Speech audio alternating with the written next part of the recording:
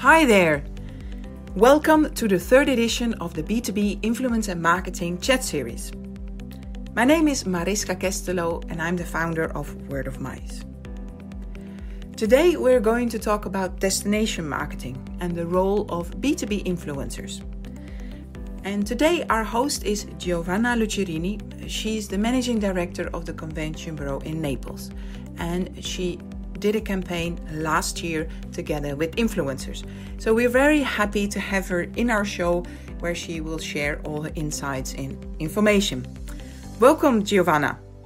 So we deeply wanted to understand how to drive this communication, and I was totally in their hands and thrilled to know how to behave, how to act, and what kind of information and pictures and documentation grab in order to start this campaign. So we decided to run an hashtag, simple one, Meet in Naples, and work on the visibility of the city, especially focusing on the containers. In Naples, I don't know how many of you have been there, there are many unconventional venues, which I mean museums, historical buildings, catacombs and tunnels, and we can go from the seaside up to the volcano, the Vesuvio.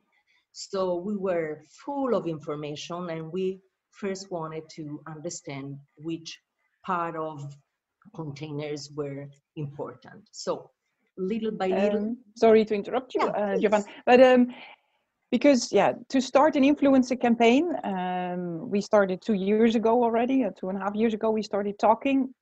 It was totally not obvious. I mean, now influencer marketing on the B2C level is already more integrated and more known.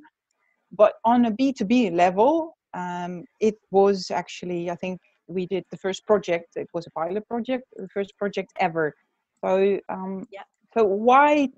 Because I think that is a very important question for the people who are on the call, even if suppliers or planners. What triggered you to start with influencer marketing? Because it was not an obvious choice, not at all, especially 2-3 years ago. You're right. So I think it's very important what made you, and of course, because you're working in a convention bureau, so you work with partners. So you also need to convince your partners. So what made you to say, okay, I'm standing behind this project, and I can convince my partners also to put something, I would say, put something different on the agenda and to put Naples on the map, because that was the goal. You know, first of all, the project was with you, and I knew already, so I trusted you. And I think the trust is one of the biggest issue on this kind of project, because we really need to understand each other, don't get offended if your point of view is different from my point of view, because my promotion is definitely different from your point of view. So this was the first point. Then being a startup, and we didn't have any historical background, and by the time we started, that was the right moment of the city to be on the map, visible on the maps, because Naples was used to be known for Pompeii, for the Capri Islands, and for many other archaeological sites and many different reasons, and also to stop by and go somewhere else. And we didn't want to be that we wanted to be visible as a nice destination, as I said before. So trust. Then we wanted to change our point of view, and honestly, I didn't ask for the permission to my members because I didn't knew that. I'm a managing director, so I was hired to do something, and that was my novelty to be introduced in the market. And as far as I know, we were the first destination in Italy to use the Mice Influencer campaign. Yeah. So we wanted to win the prize as the first one. Yeah. And Okay. with any risk and any success. So that was the reason.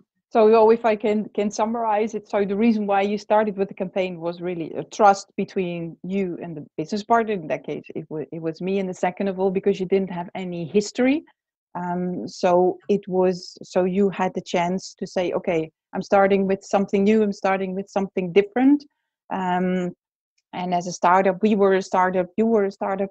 So that both similarities of trying something new and put ourselves on the map and go together. I think that would be. Yeah. And for us, it was very important to let the Italians trust again Naples. Yeah. But especially mainly the Europeans and then other markets. But what about the Europeans? So the airport has done a major job through the last years by improving all the direct flights. So at that point, it was our moment to adjust the actions and see how to work together with everybody, all the stakeholders, all the people who were knowing the destinations or the job more than we did. So every single person was added a value to the project. And that's why I asked Alessia for her help, because she was used to run another convention bureau, a regional one, so even with a wider point of view. And the common thing was that we were part of the south of Europe, so two main Southern Europe destinations. Yeah. Yeah.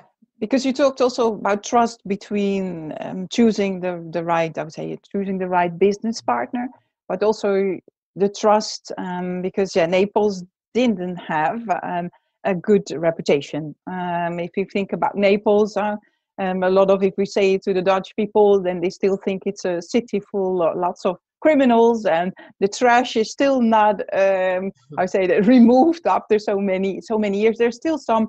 I don't know why this is typically for Naples. There's still a lot of stereotypes in the heads. I mean, I'm talking now about from my own country, from the Dutch people. So it is not an obvious choice, first of all, for tourists, and also not for, I would say, for meetings and events to go to go there. So I think this is also what plays a major role, the trust part. And that's also something, especially now in these uncertain time, I think trust is a key factor. So I'm really happy that you addressed that, because we do business because we know each other. We do business because we trust each other. And I think this is the role where you, as a convention bureau, and I think, I'm not sure if there are more convention bureaus or DMCs. I know one DMC, Nick, is on the phone, but others also. I think we will go to these partners, I think, more and more in the future, because we want to do business with people that we trust and that we know and that we rely on, because there are professionals. And I think also I would like to add is B2B influencers in general are chosen because of their, I would say, their work, and not only because of their reputation, not on the amount of followers, because a lot of people think we need to have 10,000 followers.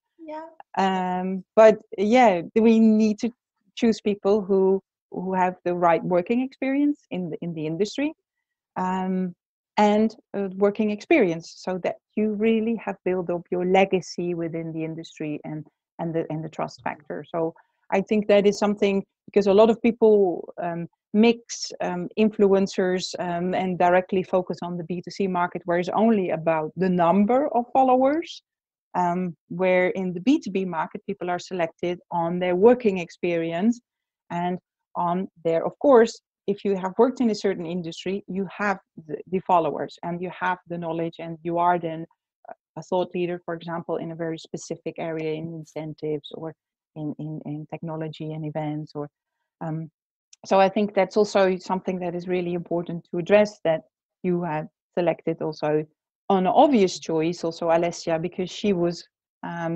working in the industry, and to say, okay, she also has experience from a convention bureau. So that was I think that was important also to explain the reason why you have chosen to work with Alessia and to work with me. I agree with you that especially in this particular moment, we will start to work again with people we already know. Yeah.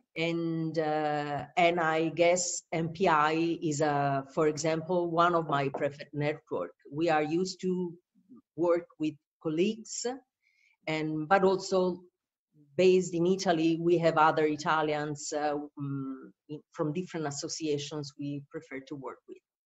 This is very important because we don't want to have any additional risk to the one we already have in this moment. Mm-hmm. So we will, at the moment, we are working with different associations also in Italy to understand how the other destinations are working, because it's very difficult to understand what do you communicate today to the event profs. Yeah. I'm better than The Hague, or I'm better than Venice. This is going to be like a war among poor people, I guess. If we don't understand altogether how to move and how to work, even by exchanging information, I think it's going to be a mess. Mm-hmm. So the conversations among destinations are important to me personally. Mm-hmm. And at the moment, I guess maybe your role could be to wait a little bit and see how the destinations will move in a near future, because especially in Italy, you all know that we started to be locked down very early. Mm-hmm. It's been like 60 days. An eternity. 60 days, it's like. So it's important to understand what's going on around, and just to let you know, after this call, today we will start a hackathon for travel in Italy, and I have heard from Alessia, maybe you can tell a little bit more, that there is a hackathon for business in Europe as well. So everybody's willing to understand what's going on, because we're eager to add new information and to be careful on the way of communicate. Mm-hmm. Otherwise, it's very crucial this moment. Yes. So I think you as a professional can give us the right advices together with Alessia. Yeah, I would like to add that, for example, the content that we spread during the campaign, during the project that we had, was more on a commercial side. It was to show what Naples had to offer. Alessia, perhaps you can explain afterwards, because you are also, I would say, a great photographer. Perhaps you can also explain afterwards what you done after. Yeah. But I think it's important indeed that we. And therefore, I'm so happy that so many people are on the call today, because we have a lot of perceptions about influencers, and it's often from all of the people I think on the call, it's not top of mind to use influencers nowadays. But again, we come to the point where we say, okay, we do business with the people we trust. So if people are spreading the word about your product or service from people within the industry, exactly. and trying to move forward, even we don't know how the near future will look like. Yeah. And we are all influencers. All the people here on the call are from the meetings and events industry, even beyond. Someone has forgot to put on mute. Yeah. So I think, therefore, it's important to, if you do an influencer campaign, even if you would have signed a contract with an influencer just before the COVID-19, you can adapt the message and you can adapt the tone of voice at any time. If you would have printed a brochure or confirmed your participation at IMEX or IBTM, that it all falls away. And also because we are now online more than ever. Who have thought 3 months ago that there will be now an enormous demand for hackathons? No, you're right. Yeah. So I think because we all think of influencers as external people, but I would suggest also for all of you who are on the call, who are your peers, who are your clients, who are people within your network, perhaps also out of work, and would like to say, okay, let's put our shoulders together. And perhaps even if you are an event planner who's already done an event in Italy, or you know some venues very, very well, why don't you reach out to those suppliers who are in need as well, and to see what you can do together.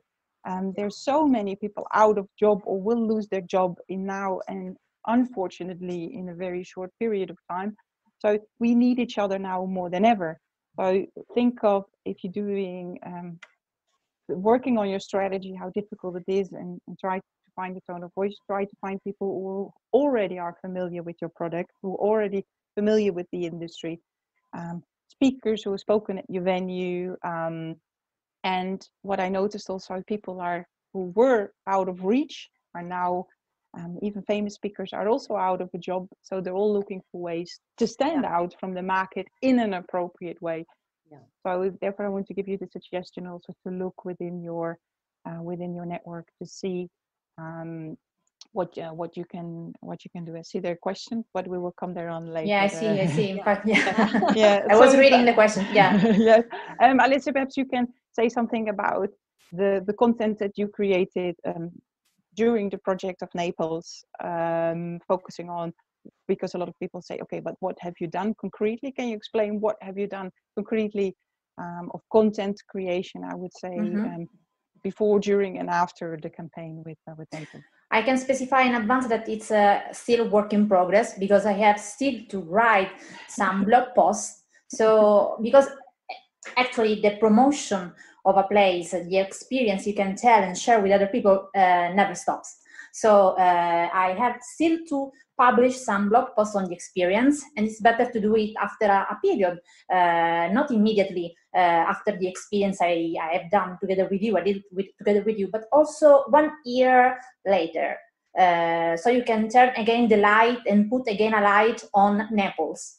The first stage was to shoot, create many visual contents.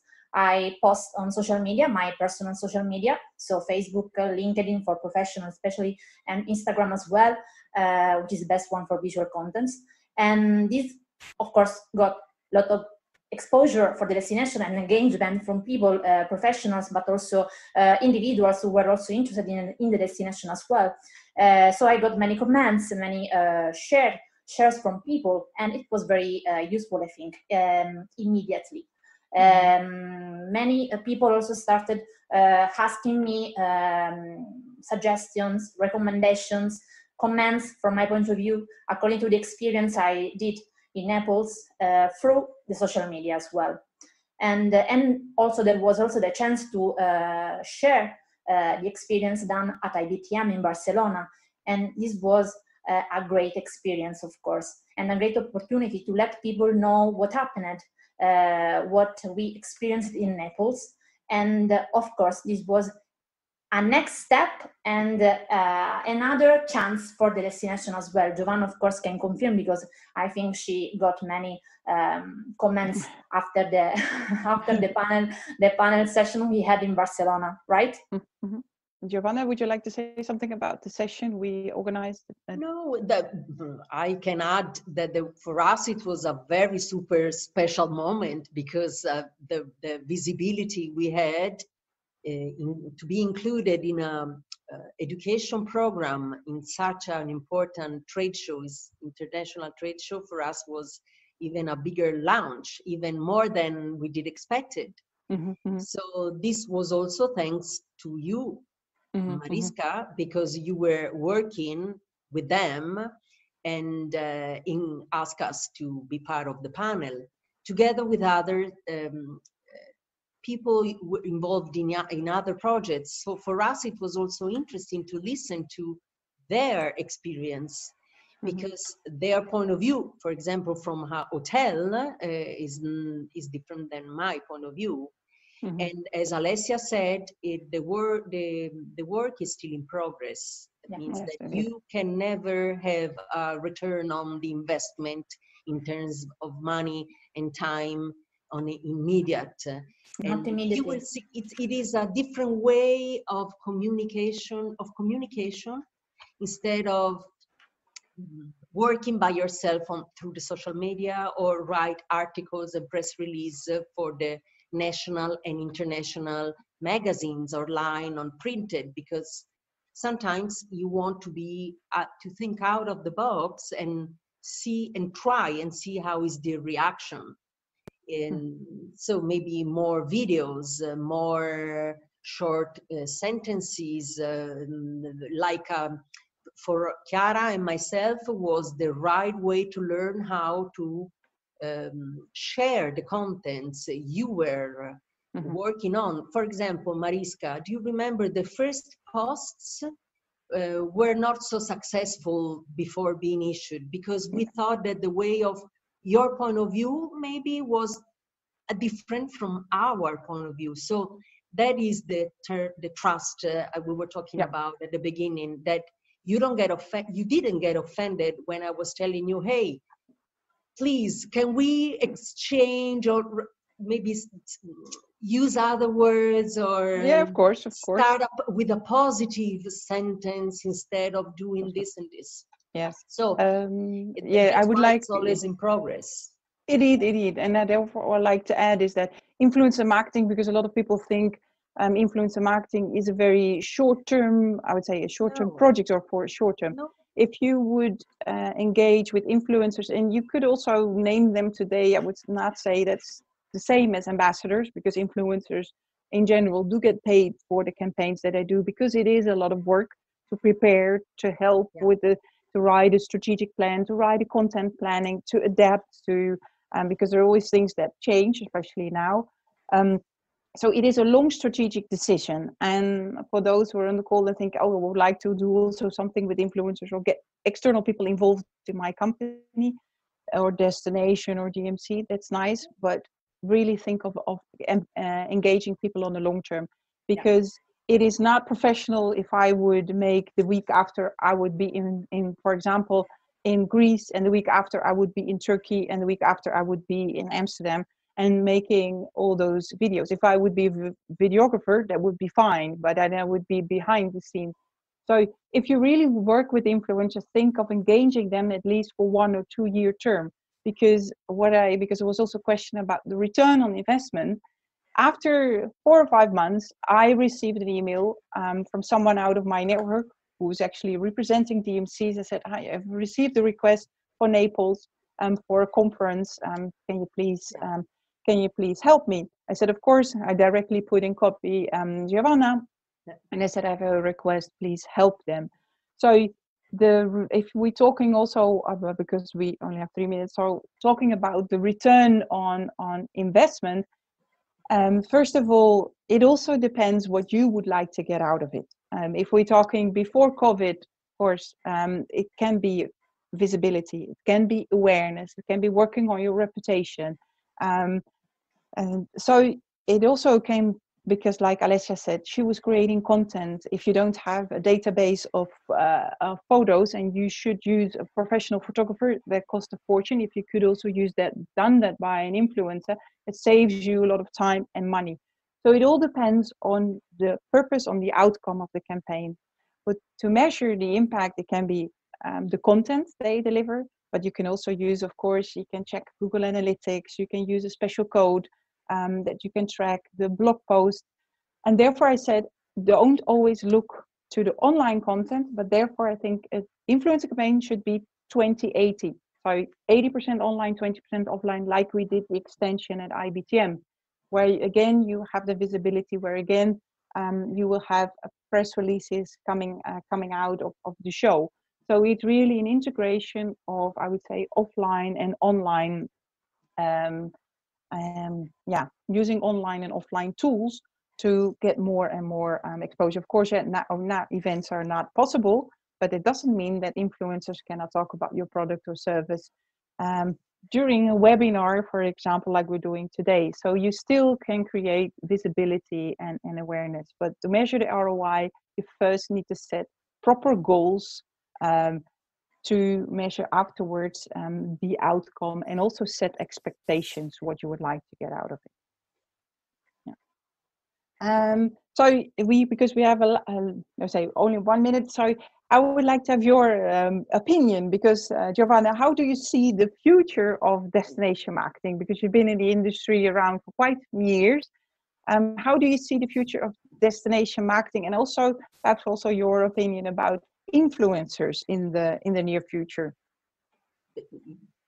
I definitely want to stay with this project because destinations will be very important for the promotion of Italy in this case, not only of Naples. So I think we need to work all together, and even more than before.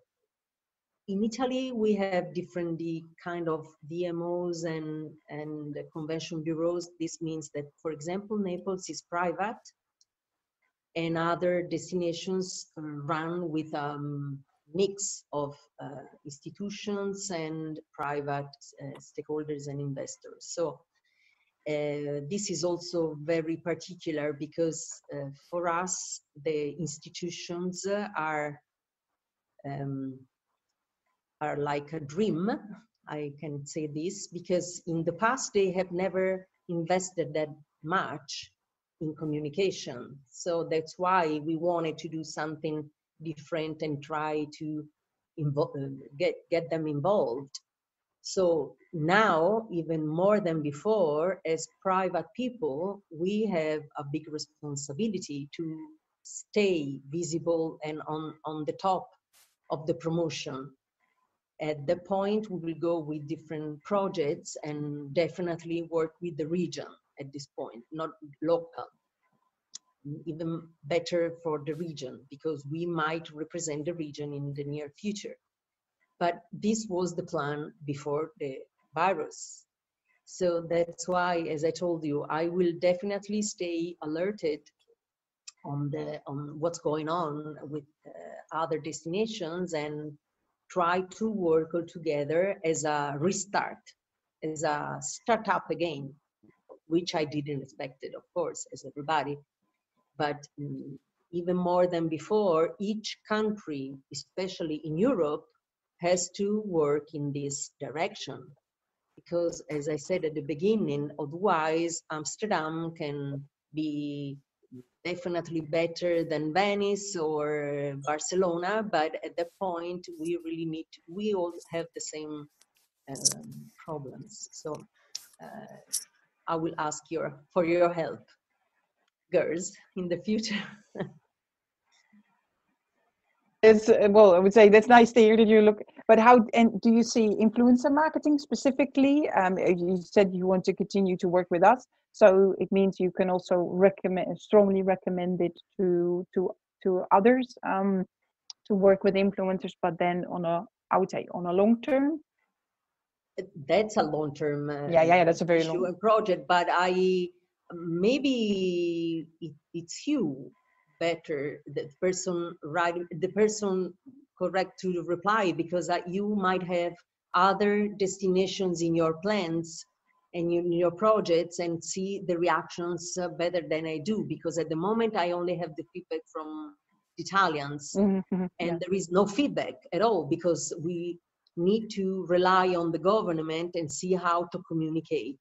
Yes. And so each country is going to work locally first and then looking outside. Yes. And we all do not know if it's going to be in the next few months or at the end of the year or the beginning of 2021. Yeah. So the long term is a point, and it's a must, because we don't see the end of anything at this point. Mm-hmm. Yeah. Yes, I understand. So, yeah, it's we don't know how the future will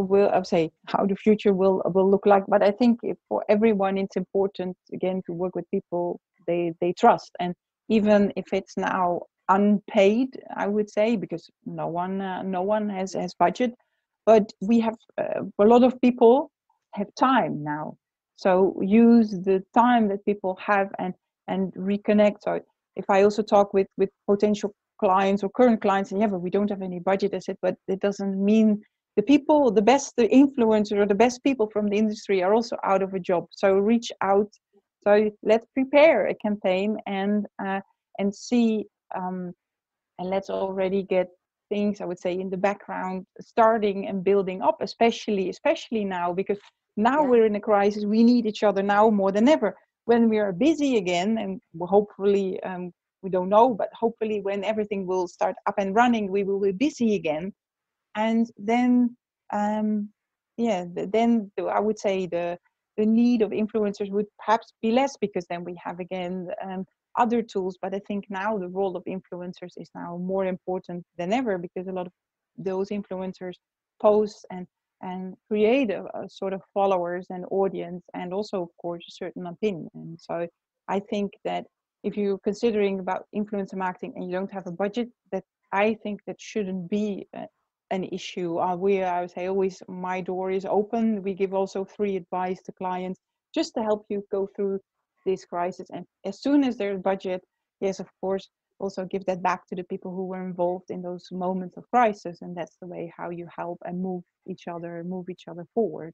But I think don't forget who are the people who were close to you in times when you need it the most, and in good times also don't lose eye on those people. Yeah. But and if I can suggest is, since we have time, which is not true because everybody is busy with webinars and chats and emails, however, but it's important to review the work we have done in terms of communication in the past months, because it's going to be a totally different way of communicate. And I'm not I don't have this background. I am learning by doing with you and with other colleagues. But at that point, we need to be ready by the time we start again. So by reviewing the website, reviewing the kind of pictures. For example, at the beginning in Italy, all the main cities were sharing videos of the empty squares. And at the beginning, can you imagine the beauty of Venice, of Florence? Everything was excited. The next week was so depressing, because only after 7 days, the entire world was locked down. So at that point, we wanted to see something new. And what do you share? Do you invent? No. Do you share the pictures? Do you share all these frames of people video chatting? Everything is quite difficult. So we want to make the difference, which is something that you need to think about it. You need to plan. Even I don't know how many of you are taking care of the channels, the social channels, but we are trying to balance with pictures and text and sentences and videos, something which is not annoying the people. Sometimes we get the nice feedback, sometimes we do not have excitement around, and this is making us thinking. So maybe other destinations are using the same tools, and we don't want to be equal to other destinations because we are Naples. Because if we are in the south of Italy, we are in the south of Europe. So each destination needs to understand which is necessary to do and how to communicate. So, and this is the time, I agree with you, this is the time to think about it by starting to review the website, for example. Indeed, I agree. But I think, and that's a human, I would like to add, close, and then I will go to the questions. Because what I would also say is, no one knows what the right tone of voice is for everyone, because the situation is different for everyone. Some people may have lost loved ones. Some people may have lost both their jobs. Some people are in huge financial debt. And some people, they are unemployed and still get money from the government, I would say, and they have all the time of the world. I'm not saying that one situation is worse than the other, but it's difficult. And I think and I read many articles, many webinars, and I think no one knows exactly what the right tone of voice is, especially if we work in our industry internationally. Because the situation in Italy, the lockdown, the rules and regulations are different than for me in the Netherlands. Absolutely. So we experience it all in a different way, but by trying to make it human and trying to use people who know their audience of followers and who can expect a certain tone of voice without harming your audience, without harming your reputation, without posting only pictures of lovely beaches where we can't go, and probably not in 1 year will we go to a lovely beach. So I think always look at it from the human side and look at also with common sense how, because we're industry together, we're working in the industry, so how would you use the tone of voice to others? And I think that's the human aspect. Also influencers, because a lot of people tend to forget influencers are humans, and approach them as humans, and also your communication should be human and warm, I think, and not forget about sales, forget about promotion, but continue the communication and showing that you're there and just showing your support and your respect towards others. I think that's the most humble thing that we can do. And if I can suggest, it's important to also focus on the language you use for the communication. Yes. Because, for example, in this moment, we are more focused with Italians because probably Italians will run the business again in autumn, late, early winter.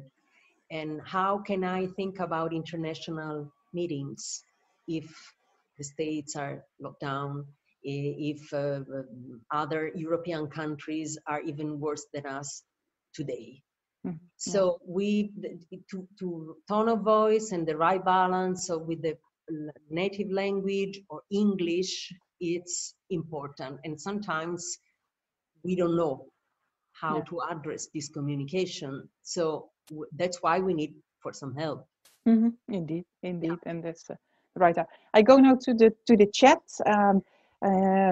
because of the questions. So Mick, your question was indeed from are DMOs using influencer in the purchase higher leisure mindsets in the leisure industry? A lot of influencers, those leisure industry uses lots of influencers.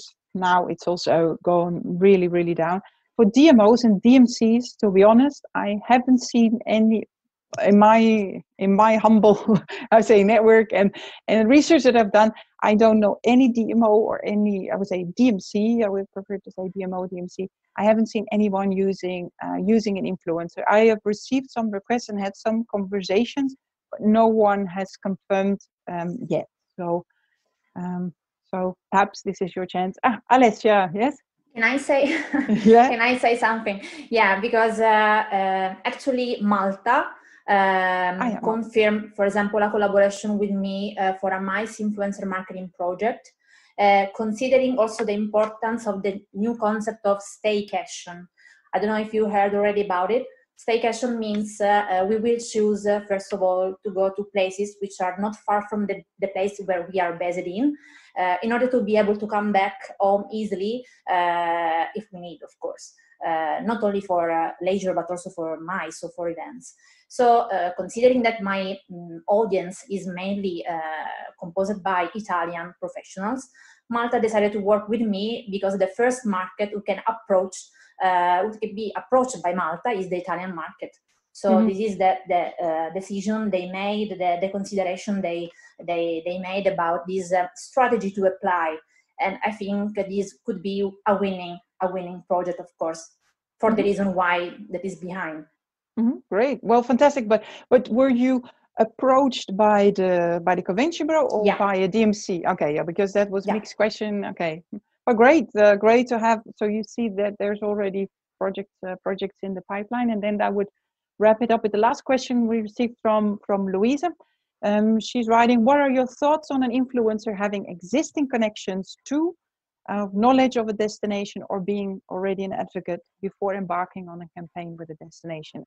I think that's obvious. And if you're working in the meetings and events industry, you need to have a network. You need to have working experience, because otherwise you don't have an audience of followers, and also you can't be authentic to your network. So if you would to work with an influencer, it needs to have someone. We prefer to work always with someone who has at least 5 years working experience, because that's I would say, the amount of years that you know how to work to build up your network within the industry, and to know I would say, the ins and outs of everything. So I think it's essential for us. It's essential to work with people from the industry to get them involved in a meeting event that campaign. So I hope I would say that's the answer to your question. I see we have now exactly 45 minutes. So I would say, first of all, thank you, Giovanna, for sharing your insights and thoughts and experience. And of course, thank you, Alessia, for involved and support. And also good luck with your campaign with Malta. And I would like to wrap it up with saying that next week we will talk with Ivo and Henrik from the company United. They're based in Vienna in Austria. And there we will talk about ambassadors. So what is the difference or I would say difference between ambassadors and influencers, and how you can use ambassadors at this moment, and of course after COVID-19 for your destination or for your company. So that will be the topic of next week. It will be online hopefully this evening, so that you can already register for free. And we're working on the recording, so you can see them on your own time, I would say, live on this on YouTube. So once again, thank you so much for attending this webinar. I wish you all a lovely afternoon, and see you this week. Thank you. Ciao. Ciao. Bye bye.